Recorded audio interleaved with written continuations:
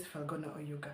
I'm an author, a columnist, and a public speaker. I'm also the founder of Kitchen Mischief Party, a gathering that's redefining how African women look at activism. My upcoming event themed The Retirement Party for Good Girls invites women to rethink obedience, reclaim the kitchen as a space of power, and embrace daily acts of rebellion as tools for freedom. We're retiring the good girl because she's no longer relevant. It's not beneficial for us to be silent. It's not beneficial for us to not advocate for ourselves. It's not beneficial for us to not acknowledge that we want pleasure, that we enjoy certain things, that we want joy, that we want laughter, that we want freedom. So we have discovered, might be late for some of us, but again, it's never too late. We've discovered that being a good girl doesn't work for us. So we are retiring that good girl and being ourselves, and we know this is going to work for us. One of my favorite ancestors, she's become my favorite since I started getting to know her in depth. Yes, that's a thing. So I was told this story about her, and this is where really the Kitchen Mischief Party comes from.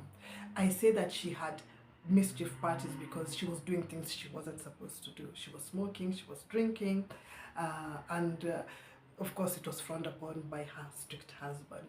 But in this kitchen space, this was her space, and she was there with her friend, and I can just imagine them pouring their brew, she lighting her cigarettes, and as they're cooking there, that was their space. And in that time, it was their time, it was their rules, and they cackled. I just want to imagine that they cackled and laughed so hard that one would have to lift a foot or you know, and you know, clap each other in the laughter. So that's where really the idea of taking back the kitchen comes from, because we've been banished to the kitchen. Every time somebody wants to put you down, they say, oh, women, return to the kitchen. A woman's place is in the kitchen. Okay, we are going to the kitchen.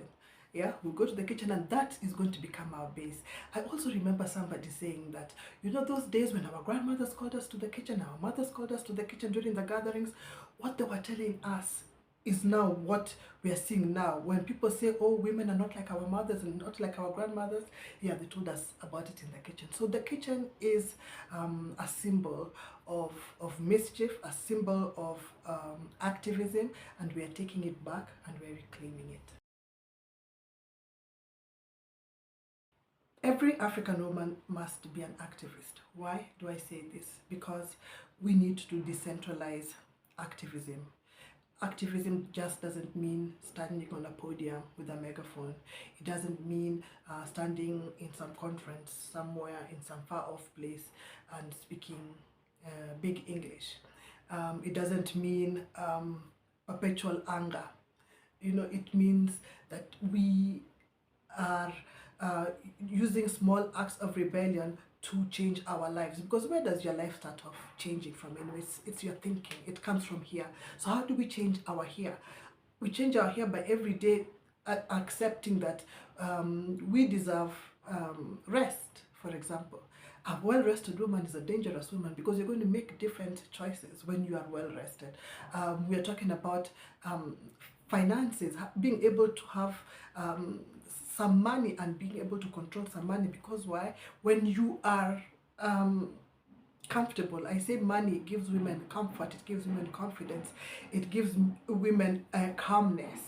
Yeah, so when you're in that state, then you're going to make better decisions. And if I'm making better decisions on a personal level, then I'm able to make better decisions for people around me, not just people, women around me, you know, when I'm now on a bigger stage. Because what we are seeing now, you know, we've always been told, make sure you have your own money, make sure you have your own job, so that a man doesn't do A, B, C, D, X, Y, Z to you, or this doesn't happen to you. But what are we seeing? We're seeing a magistrate in an abusive marriage. So are you sure that woman will make decisions that are good for women if she doesn't believe she deserves better for herself? You see a lawmaker being in situations where she's made to stand up and dance for men, or she's, you know, people will be talking to her any which way, sexualized and whatnot, and all she can do is laugh Yeah, so imagine if we start our activism on a personal level. Don't sit down and wait to say, when I become a leader, I'm now going to do ABC to XYZ. Start now, and start it with you, with everyday acts of rebellion and mischief.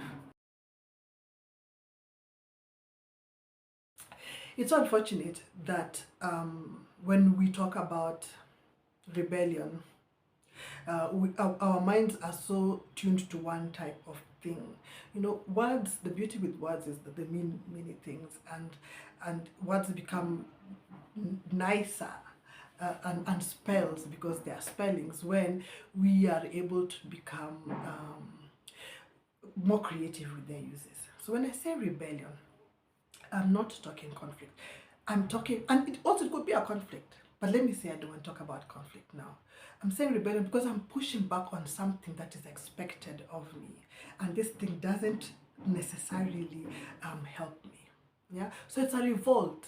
Yeah, this has been the status quo. Women must live this way. You have to be good. You are the keepers of morality. You are the, you are the caregivers. Go without, do unpaid labor, and everything else that comes with wanting to keep us in a certain state.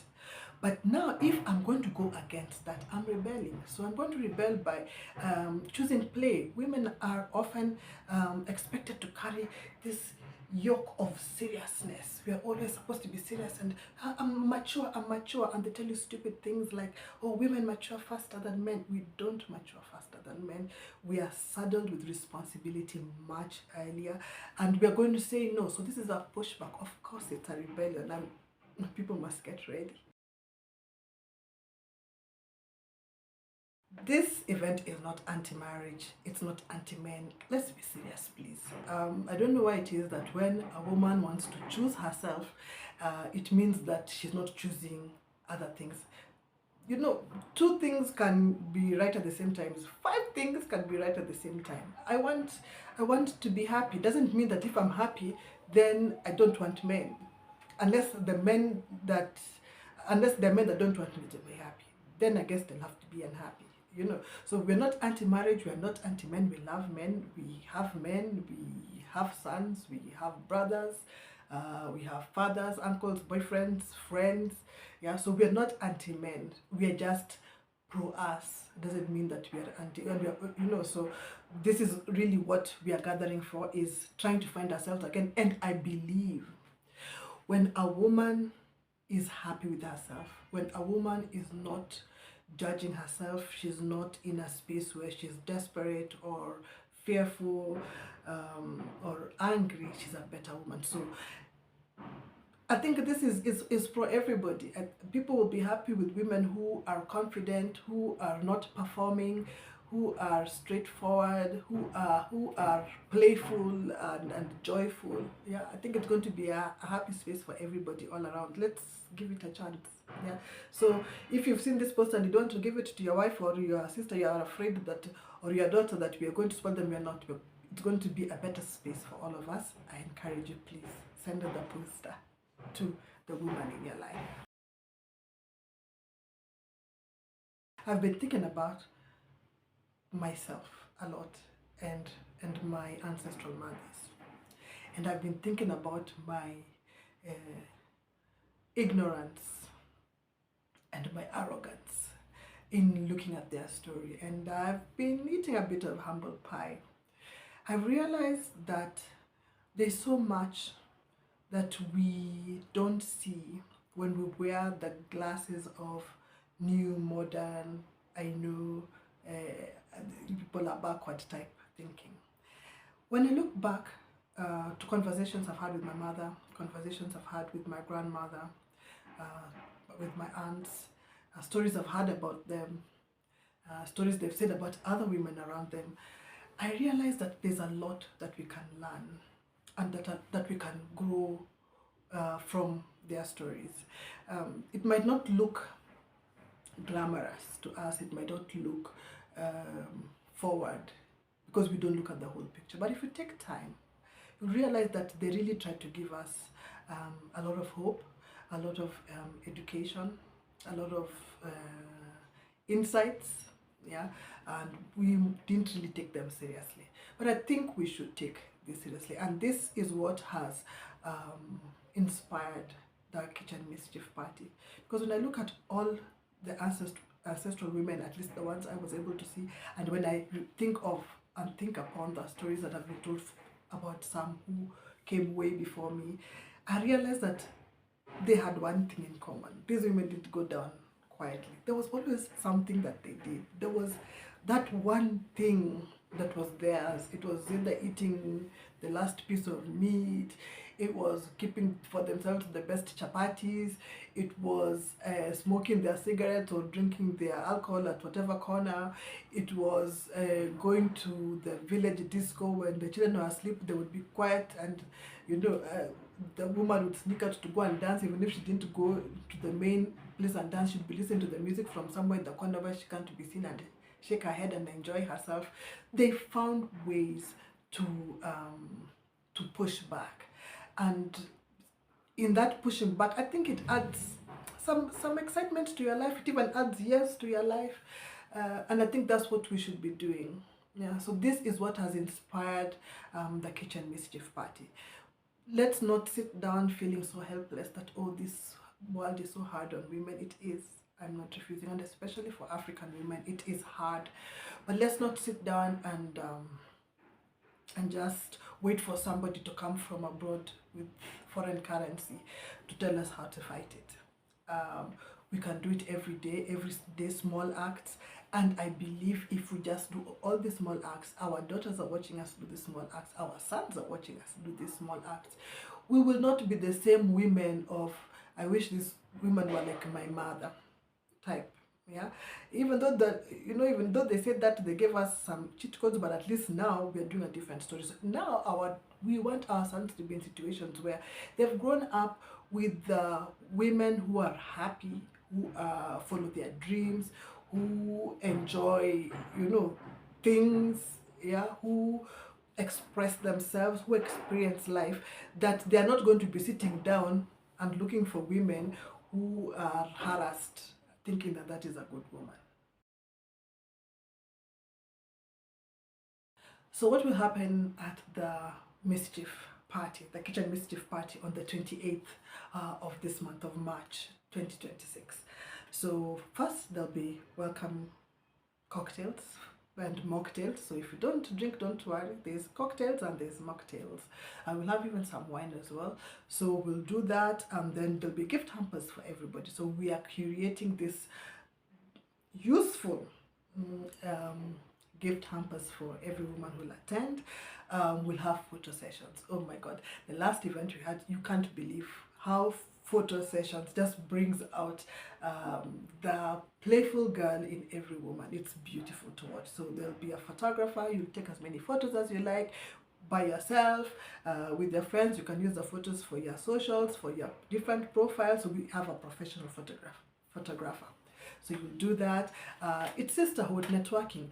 The last event we had, we just had a session of sharing, and we had the older sisters and the younger sisters. We had the married sisters, the divorced sisters, the widowed sisters, the single sisters, and everybody had something to bring to the conversation. People wanting marriage, not wanting marriage, there's some wanting polygamy, some not wanting it, and everybody just sat there and shared their experience, and everyone left there, myself included, learning new things. Yeah, so it's a sisterhood that shows up for each other. So if whatever it is that you're going through, you'll find somebody who's gone through it, also going through, and you will teach each other, and the sisterhood will hold space for you. And then there'll be a talk on how every day little acts of mischief and rebellion are important, by yours truly, the commander in Mischief. And it's not a lecture really, it's a conversation that we have. So I've prepared something for us to discuss, and then it's fun, talking. And usually we have an after party. So once we're done with the serious part there, we've talked, we've cried, we've felt each other, we've had our last drink, and those who can, we move on to the next space. Who should attend this event? African women, all African women from wherever. Yeah, you are married, you are divorced, you want to get married again, you are single, you're widowed, you've been married for long, you have been a good girl, you are a good girl, you want to retire from being a good girl. All of it, just come. There's something for you, and there's something we know you have that is for somebody else. Come, let's have a great afternoon from 2 p.m. to 6 p.m. on the 28th of March 2026 at the Rooftop. That's at African Alliance YMCA on State House, Crescent. Yeah, we'll be waiting for you. We cannot wait to have you. So if a woman attends, what will she walk away with? One, sisterhood. The African sisterhood has really been overlooked. So you will walk away with at least one new friend, and a friend that sees things the way you see them, or sees things as the way you'd like to see them, so you want to connect. So we have a WhatsApp group. We will put you inside that WhatsApp group, and we continue encouraging each other in between events, in between shows. We will, we can still talk every day if you like, or every other day. You get clarity on some of the things you've been thinking about. Sometimes you've been thinking about a way of life and it doesn't make any sense to anybody around you, even sometimes to yourself, but it's just something that keeps you keep thinking about. You come and find like-minded people. You come and find people who want to interrogate things further, not argue and not judge, but just interrogate. You'll be sitting there and we will go through ideas until it starts making sense to us. If you need permission, we will give you permission, especially as the older women, as the older sisters.